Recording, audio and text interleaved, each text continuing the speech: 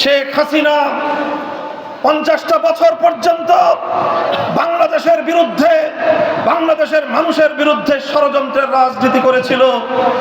ছাত্র জনতাকে লক্ষ্য করে বলতে চাই, তোমাদেরকে সোচ্চার থাকতে হবে। আবার 2024 সালের বিজয়কে যেন কেউ ছিনতাই করতে না পারে। 2024 সালের জুলাই বিপ্লবের এক অনন্যতা, একটি অনন্য বৈশিষ্ট্য ছিল, অভূতপূর্ব ঐক্য সূচিত হয়েছিল। এই ঐক্য ছিল, স্কুল থেকে আমার ছেলেরা বেরিয়ে এসেছে, কলেজ থেকে আমার সন্তানেরা বেরিয়ে আসলো, ইউনিভার্সিটিগুলো থেকে আমাদের ভাইয়েরা বেরিয়ে আসলো, আর সকল মাদ্রাসা, আলিয়া মাদ্রাসা, কওমি মাদ্রাসা থেকে লক্ষ ছাত্র জনতা রাজপথে দাঁড়িয়ে টেকনাফ থেকে তেতুলিয়া পর্যন্ত হাতে হাত রেখে তারা মানববন্ধন তৈরি করলো।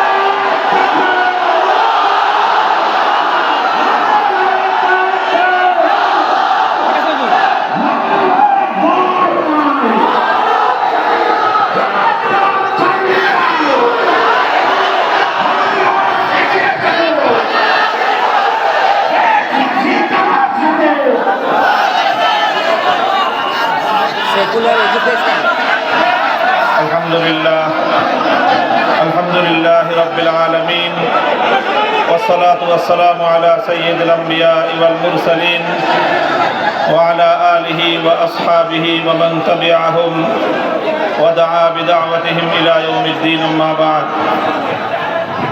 আউযু বিল্লাহি মিনাশ শাইতানির রাজীম। বিসমিল্লাহির রাহমানির রহিম। هو الذي بعث في الأميين رسولا منهم يتلو عليهم آياته ويزكيهم ويعلمهم الكتاب والحكمة وإن كانوا من قبل لفي ضلال مبين صدق الله العظيم। হেফাজতে ইসলাম বাংলাদেশ যশোর জেলা শাখা কর্তৃক আয়োজিত আজকের এই শান-ও রিসালাত সম্মেলনের উপস্থিত সম্মানিত সভাপতি, উপস্থিত হেফাজতে ইসলাম বাংলাদেশের কেন্দ্রীয় নেতৃবৃন্দ, দেশের শীর্ষ উলামা মাশায়েখ এবং জেলা নেতৃবৃন্দ, যশোর জেলার হেফাজতে ইসলাম বাংলাদেশের নেতাকর্মী ভাইয়েরা, সর্বস্তরের তৌহিদি জনতা, সম্মানিত যশোরবাসী, সর্বপ্রথম আমি আল্লাহ পাক রব্বুল আলামিনের শুকরগুজারি আদায় করছি, যেই মহান রব্বুল আলামিন বাংলাদেশের মানুষের বুকের উপর চেপে বসা জগদ্দল পাথরের ন্যায় স্বৈরাচারী ফ্যাসিবাদী জালিম যুগের নব্য ফেরাউন শেখ হাসিনা সরকারকে উৎখাত করে এদেশের মানুষকে মুক্ত আকাশে নিঃশ্বাস গ্রহণ করার তৌফিক এবং সুযোগ দান করেছেন। রব্বুল আলামিনের দরবারে কালিমাতুশ শুকরের হাদিয়া পেশ করি, আল্লাহুম্মা লাকাল হামদু ওয়া লাকাশ শুকর। আমি আজকের এই যশোর জেলার হেফাজতে ইসলাম বাংলাদেশ আয়োজিত শান-ও রিসালাত সম্মেলনের এই জনসমুদ্রে দাঁড়িয়ে স্মরণ করছি ওই সকল বীর শহীদানদেরকে, যাদের আত্মত্যাগ এবং রক্তদানের মাধ্যমে শুধু বাংলাদেশ নয়, সমকালীন বিশ্ব ইতিহাসের এক অনন্য নজির স্থাপিত হয়েছে। নবী প্রেমের জ্বলন্ত শিখায় আত্মদানকারী সেই সকল বীর শহীদানদেরকে, যাদেরকে 2013 সালের 5 এবং 6 মে শাপলা চত্বরে গণহত্যা পরিচালনার মধ্য দিয়ে স্বৈরাচারী ফ্যাসিবাদী শেখ হাসিনার খুনি বাহিনী হত্যা করেছিল, শহীদ করেছিল।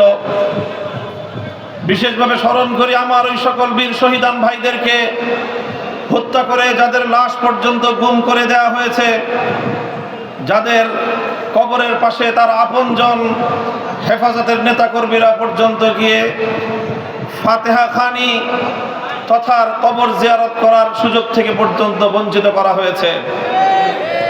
এভাবে অসংখ্য হত্যাকাণ্ডের মধ্য দিয়ে 15টি বছর বাংলাদেশকে একটি মৃত্যুপুরীতে পরিণত করা হয়েছিল। এই সময়ে অনেকেই প্রাণ দিয়েছে, অনেক মানুষের জীবন গিয়েছে, অনেক নিরপরাধ মানুষের গুম খুন এবং হত্যার মধ্য দিয়ে বাংলাদেশকে একটি জাহিলি যুগে পরিণত করা হয়েছিল। ইতিহাসে আইয়ামে জাহিলিয়াতের পর বাংলাদেশের আওয়ামী জাহিলিয়াতের যুগে মানুষ বারবার শুধুমাত্র সেই আইয়ামে জাহিলিয়াতের কথা স্মরণ করছিল। আর এই আওয়ামী বর্বরতার সবচেয়ে নিষ্ঠুরতম শিকার হেফাজতে ইসলাম বাংলাদেশ। 2013 সালে আল্লাহর নবীর ইজ্জতের হেফাজতের দাবি তুলতে গিয়ে আমাদের শতাধিক ভাইকে হত্যা করা হয়েছিল।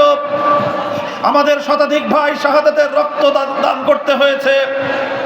2021 সালে বাংলাদেশের স্বাধীনতার সুবর্ণ জয়ন্তী উদযাপনকালে নরেন্দ্র মোদী নরঘাতক মুসলমানদের রক্তে যার হাত রঞ্জিত, তার আগমনের শান্তিপূর্ণ প্রতিবাদ করতে হেফাজতে ইসলাম বাংলাদেশের শান্তিপূর্ণ কর্মসূচিগুলোতে পাখির মতো গুলি করে হাটহাজারী থেকে ব্রাহ্মণবাড়িয়া পর্যন্ত আমাদের প্রায় 25 জন ভাইকে হত্যা করে শহীদ করা হয়েছিল। অনেক রক্ত দিয়েছি আমরা। 2021 সালে প্রায় 1,500 হেফাজতে ইসলামের নেতা কর্মীকে গ্রেফতার করে মাসের পর মাস, বছরের পর বছর অন্ধকার কারা প্রকোষ্ঠে বন্দী করে রাখা হয়েছে। আর শুধু বন্দী করেই ক্ষান্ত হয়নি, বরং কারাগারে অন্যান্য বন্দীদের প্রাপ্য সাধারণ সুযোগ সুবিধা থেকেও আমাদেরকে বঞ্চিত রাখা হয়েছে। আমাদের সঙ্গে নজিরবিহীন অমানবিক আচরণ করা হয়েছে। আমাদের অপরাধ একটাই ছিল, 2013 সালে আল্লাহর নবীর ইজ্জতের হেফাজতের স্লোগান তুলেছিলাম আমরা। আমাদের অপরাধ ছিল, আমরা 2013 সালে আল্লামা আহমদ শফীর নেতৃত্বে 13 দফার দাবি তুলেছিলাম। আমাদের অপরাধ ছিল, আমরা শাহাদাত বরণ করেছি, জালিমের সামনে মাথা নোয়াইনি। আমাদের অপরাধ ছিল, 2021 সালে দেশপ্রেমের নজির স্থাপন করেছি। আমাদের অপরাধ ছিল, আমরা ভারতের 1992 সালের শাহাদাত বরণকারী বাবরি মসজিদ এবং আহমেদাবাদের হত্যাকাণ্ডের শিকার মুসলমানদের রক্তের সঙ্গে আমরা বিশ্বাসঘাতকতা করিনি। সেই অপরাধে আমাদেরকে হত্যা করা হয়েছে, আমাদেরকে, আমাদের ভাইদেরকে পঙ্গুত্ব দিকে ঠেলে দেওয়া হয়েছে, আমাদের অসংখ্য ভাইদেরকে অন্ধকার কারা প্রকোষ্ঠে নিক্ষেপ করা হয়েছে। সংগ্রামী সাথী ও বন্ধুগণ, ব্যর্থহীন ভাষায় আমরা বলতে চাই, অতীতেও আমরা ইসলামের জন্য প্রয়োজন হলে রক্ত দিয়েছি, জীবন দিয়েছি, মানবতার জন্য প্রয়োজন হলে শাহাদাতের সিঁড়ি বেয়ে আমরা উপরের দিকে উঠবার চেষ্টা করেছি। আমাদের পথ স্পষ্ট, আমাদের বক্তব্য পরিষ্কার। ইসলাম এবং মানবতার প্রশ্নে কারো সঙ্গে আমরা আপোষ করি না। স্বৈরাচারী শেখ হাসিনা 50টা বছর পর্যন্ত বাংলাদেশের বিরুদ্ধে, বাংলাদেশের মানুষের বিরুদ্ধে ষড়যন্ত্রের রাজনীতি করেছিল। বাংলাদেশের মানুষকে বিভক্ত করে মুসলমানদের সন্তানদেরকে ইসলামের বিরুদ্ধে দাঁড় করাবার পায়তারা চালিয়েছিল। আমি আজ এই মঞ্চে দাঁড়িয়ে আমি আপনাদের সকলকে, দেশবাসীকে সতর্ক করতে চাই।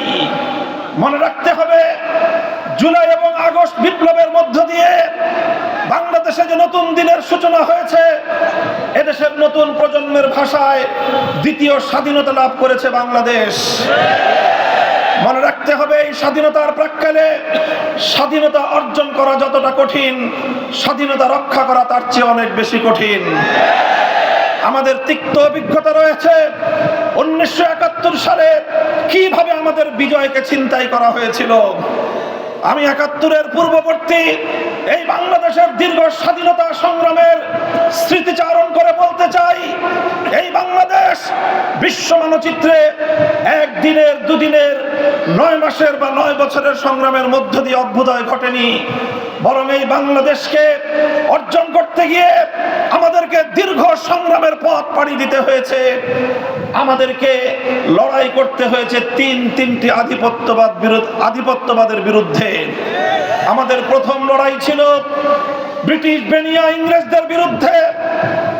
তাদের বিরুদ্ধে আমরা লড়াই করে আমরা রক্ত দিয়েছি শামিলির রণাঙ্গনে, আমরা রক্ত দিয়েছি বালাকোটের প্রাঙ্গণে, আমরা রক্ত দিয়েছি হাজী শরীয়তুল্লাহর সঙ্গে, আমরা রক্ত দিয়েছি নেসার আলী তিতুমির রহমতুল্লাহি আলাইহির সঙ্গে।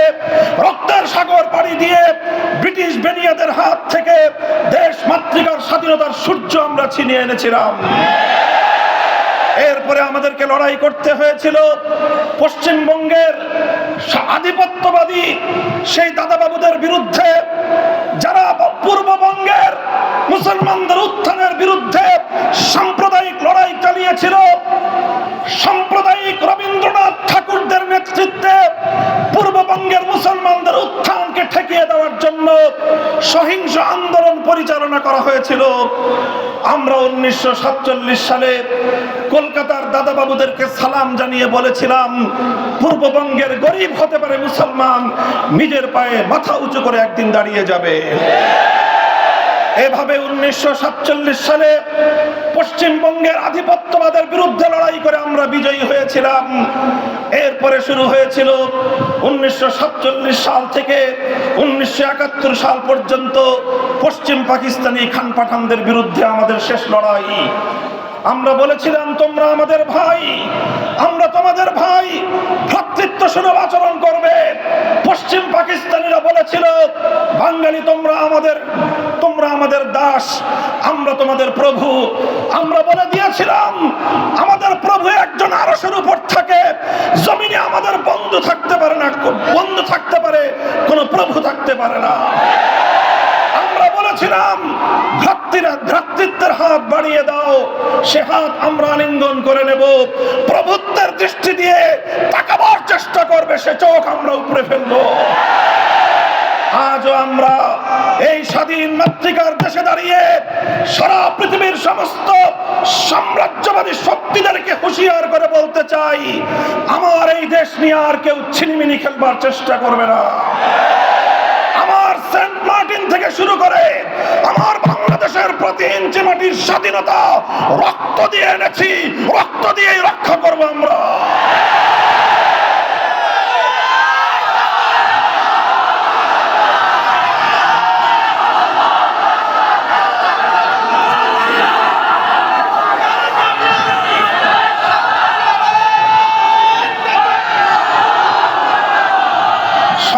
সাথী ও বন্ধুগণ, আমাদেরকে মনে রাখতে হবে, এই বাংলাদেশি মুসলিম জাতিসত্তা গঠিত হয়েছে এভাবেই 3টি আধিপত্যবাদ বিরোধী সংগ্রামের মধ্য দিয়ে।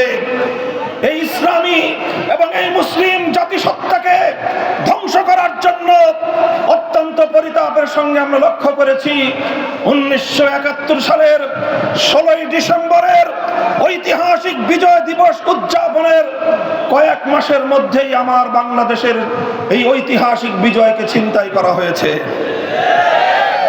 অন্য একটি দেশের সংবিধানের মূলনীতিগুলোকে একটি প্রেসক্রিপশনের মাধ্যমে বাংলাদেশের 7 কোটি মানুষের ইচ্ছা, অভিপ্রায়, হাজার বছরের ঐতিহ্যের বিরুদ্ধে শুধুমাত্র কয়েকটি কলমের খোঁচায় এদেশের মানুষের বুকের উপর একটি স্বৈরাচারী সংবিধান হিসেবে চাপিয়ে দেওয়ার চেষ্টা করা হয়েছে।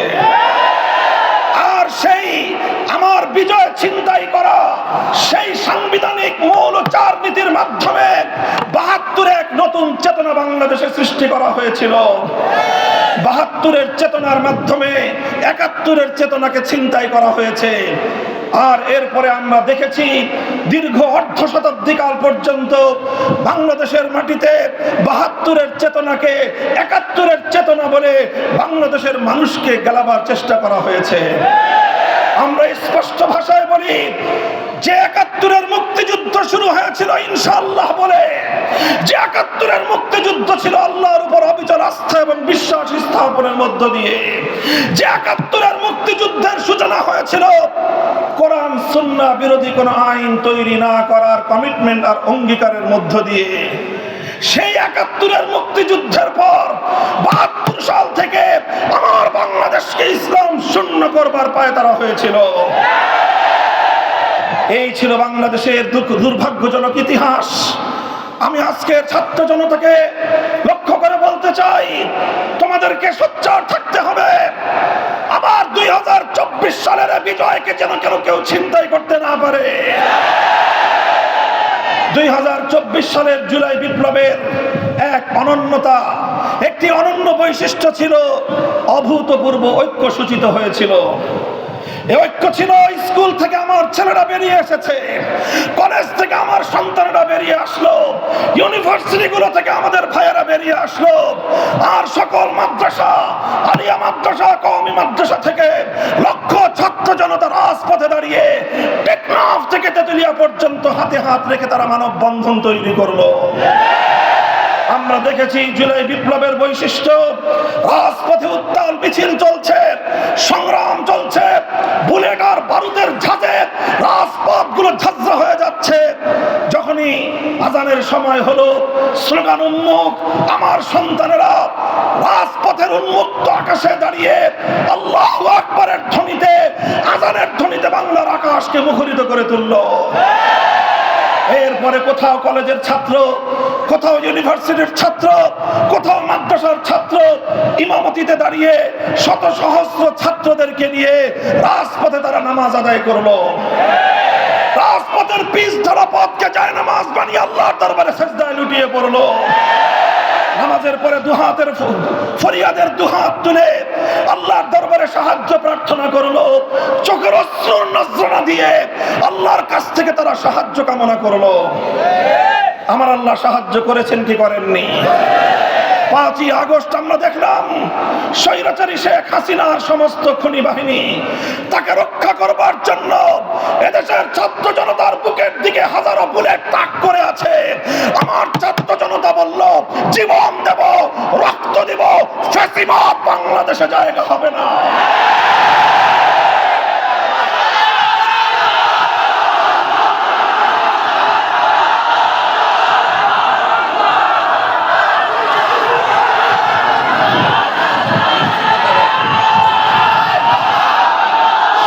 সাথী ও বন্ধুগণ, আমি বলতে চাই এই ঐক্য স্কুল, কলেজ, ইউনিভার্সিটি, মাদ্রাসার ছাত্রদের এই অভূতপূর্ব ঐক্য, এটাই ছিল শেখ হাসিনার বিরুদ্ধে আল্লাহর পক্ষ থেকে প্রদত্ত সাহায্যের মাধ্যমে বিজয়ের সর্বশ্রেষ্ঠ হাতিয়ার। এটাকে কোনোভাবে নস্যাৎ করতে দেওয়া যাবে না। বাংলাদেশের শত্রুরা আজ আবার বাংলাদেশের বাইরে গিয়ে অন্য দেশের আশ্রয়ে প্রশ্রয়ে বাংলাদেশের বিরুদ্ধে আবার নতুন করে ষড়যন্ত্রের জাল বুনছে। আমরা বলে দিতে চাই, আমার দেশের বিরুদ্ধে যদি আবার কেউ ষড়যন্ত্র করে, আমার দেশের স্বাধীনতাকে যদি আবার কেউ হরণ করবার চেষ্টা করে, কেউ যদি বাংলাদেশের বুকের উপর দিয়ে মাগনা ট্রানজিট চায়, আমরা সংখ্যায় কম হতে পারি, ইমানি শক্তিতে বলিয়ান হয়ে সমস্ত অধিপতির বিরুদ্ধে আমরা লড়াইয়ের ময়দানে নামতে বাধ্য হব।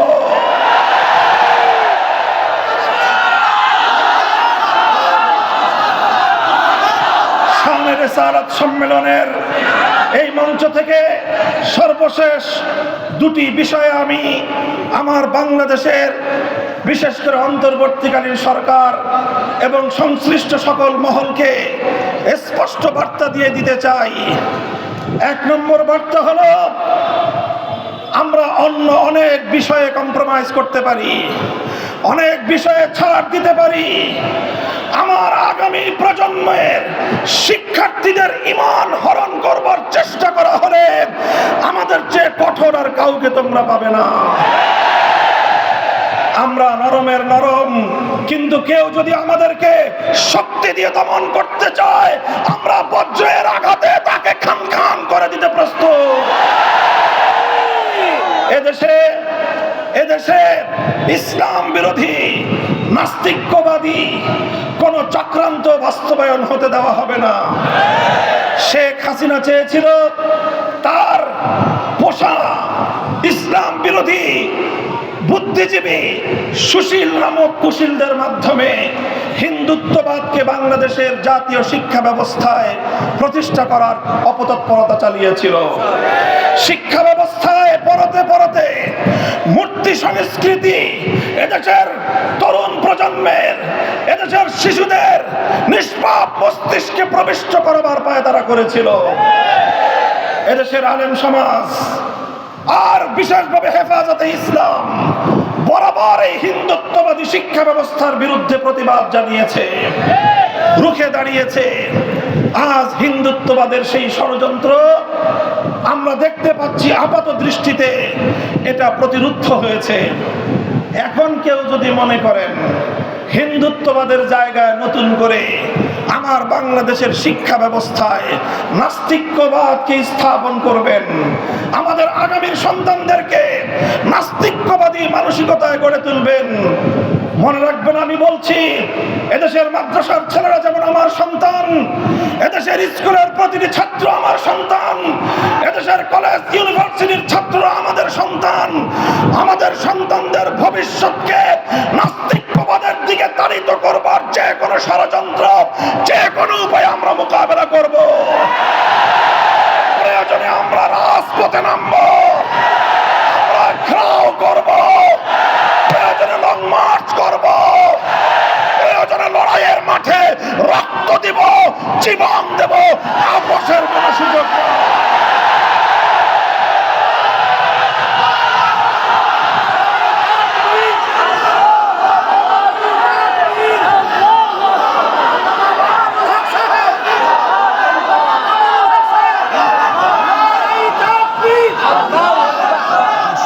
সংগ্রামী সাথী ও বন্ধুগণ, কাজেই শিক্ষা ব্যবস্থা নিয়ে যারা কাজ করছেন আমরা আপনাদেরকে টেবিলেও বলেছি, মাঠেও বলছি, যেভাবে আপনারা শুনতে পছন্দ করেন সেই ভাষা আমাদের জানা আছে। যদি বলেন একান্তে কথা বলবেন আমরা প্রস্তুত, যদি বলবেন আমাদের কাছ থেকে প্রস্তাবনা চান দিতে আমরা প্রস্তুত, কিন্তু আমাদের সঙ্গে চালাকির খেলা খেলবার চেষ্টা করবেন না। আমরা শিক্ষা কমিশনে কোনো এক শয়তানের বিরুদ্ধে প্রতিবাদ জানানোর পর সেই শয়তানকে সরিয়ে আরেক জায়গায় বড় শয়তান বসাবেন, এদেশের আলেম সমাজকে এতটা বোকা ভাবলে ভুল করবেন। আমরা ক্ষমতার জন্য রাজপথে নামি না, ক্ষমতার হালুয়া রুটির ভাগ বাটোয়ারার দিকে আমাদের দৃষ্টি নাই। আমরা ক্ষমতার স্বাদ আস্বাদন করার জন্য সংগ্রাম করি না, আমরা মানুষের জন্য সংগ্রাম করি, আমরা ঈমানের জন্য সংগ্রাম করি, প্রয়োজনে ঈমানের জন্য আমরা যুদ্ধ করব। কাজেই আমার স্পষ্ট বার্তা, শিক্ষা ব্যবস্থা নিয়ে কোন ছল চাতুরি এক মুহূর্তের জন্য বরদাস্ত করা হবে না। আমার দ্বিতীয় স্পষ্ট বার্তা হলো 2013 সালে আমার ভাইয়েরা রক্ত দিয়েছিল আল্লাহর নবীর ইজ্জতের হেফাজতের জন্য। কি মর্মান্তিক ইতিহাস রচিত হয়েছিল, শহীদ হয়েছে আমাদের ভাইয়েরা, শহীদ হয়েছিল আমার সন্তানেরা। সেই শাহাদাতের পর তাদের লাশ নিয়ে এই খুনি সরকারের দোসরেরা নির্মম ছিনি খেলা খেলেছিল, নির্মম ছিনিমিনি খেলেছিল। লাশ পেতে অনেক কাঠখড়ি পোড়াতে হয়েছে। এরপরে সে লাশকে সামনে রেখে নিহত ব্যক্তির নিহত ব্যক্তির শোকাহত আপনজনদেরকে ধরে এনে হেফাজতের নেতৃবৃন্দের বিরুদ্ধে মামলা ঠুকতে বাধ্য করা হয়েছে। এরপরে যার ভাই শহীদ হলো, যার সন্তান শহীদ হলো, যার স্বামী শহীদ হলো, সেই শোকাহত ক্ষতিগ্রস্ত মানুষগুলো নিজেদের নামেই, হেফাজতের নামে কেউ মামলা করতে বাধ্য হয়েছে, আর কেউ সেই মামলা করার হাত থেকে রেহাই পেতে বছরের পর বছর ফেরারি জীবন যাপন করেছে। বাংলাদেশের গোয়েন্দা সংস্থাগুলোকে আমি বলি, ডিজিএফআই, এনএসআই, পুলিশের এসপি সহ আপনারা সব জানেন। আপনারা 2021 সাল থেকে কি কি করেছেন আপনাদের আমলনামা আমাদের কাছেও সংরক্ষিত আছে। আমাদেরকে লাঞ্ছিত করার জন্য, আমাদের বিরুদ্ধে ষড়যন্ত্রের জাল বুনবার জন্য ডিজিএফআই, এনএসআই সহ প্রত্যেকটা গোয়েন্দা সংস্থাকে শেখ হাসিনা ব্যবহার করেছিল, কারা ব্যবহৃত হয়েছিল, তাদেরকে বিচারের সম্মুখীন করেন।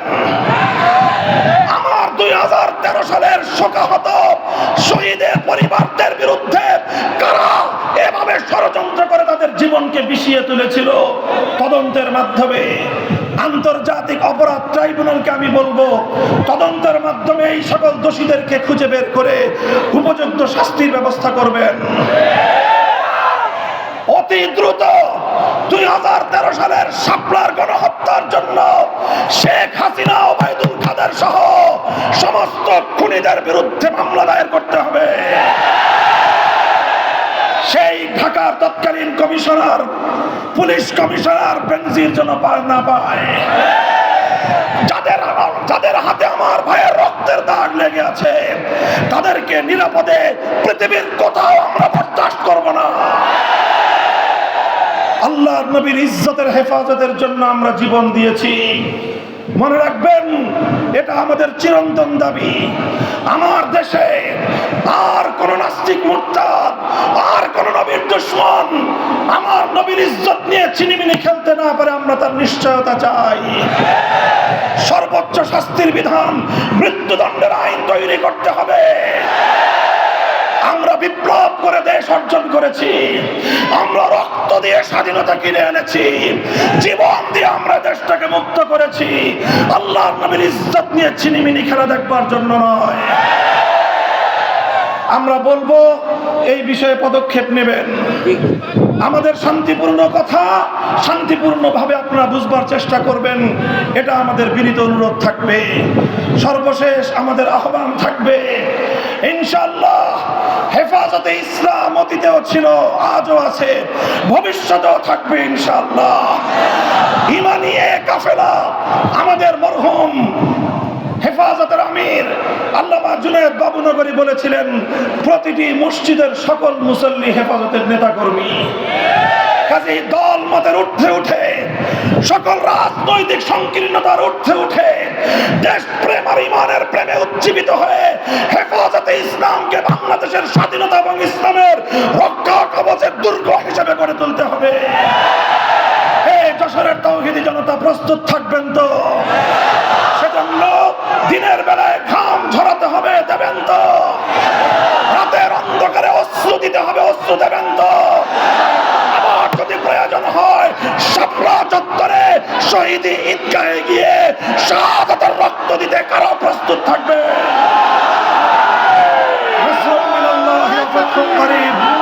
বাংলাদেশ জিন্দাবাদ, হেফাজতে ইসলাম জিন্দাবাদ।